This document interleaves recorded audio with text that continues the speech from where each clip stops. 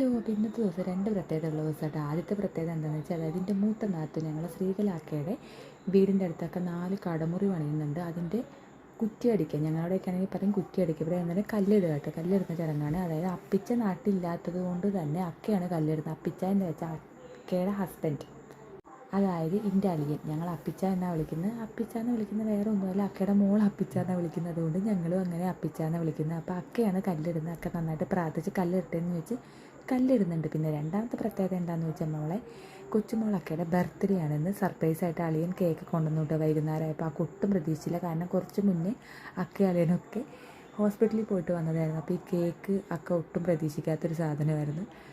വന്നിട്ട് അളിയെ രണ്ടാമത് പോയി മേടിച്ചുകൊണ്ട് വന്ന കേക്ക് കേട്ടോ. പിന്നെ എവിടെ കേക്ക് മുറിച്ചാലും കാശ് കൂട്ട അവരെല്ലാവരും മഴയിലുണ്ടാവും. കേക്ക് ഒരുപാട് കഴിക്കണമെന്ന് പറഞ്ഞാൽ പിന്നോട് പറഞ്ഞാൽ ഞാൻ ഇച്ചിരിയെ കഴിച്ചോളൂ എന്നും പറഞ്ഞ് കാണിച്ചു തരുന്നതായിട്ട് കണ്ട്. വൈകുന്നേരം ആയപ്പോൾ നല്ല വിഭവസമൃഷ്ടമായ ഫുഡ് ഉണ്ടായിരുന്നു.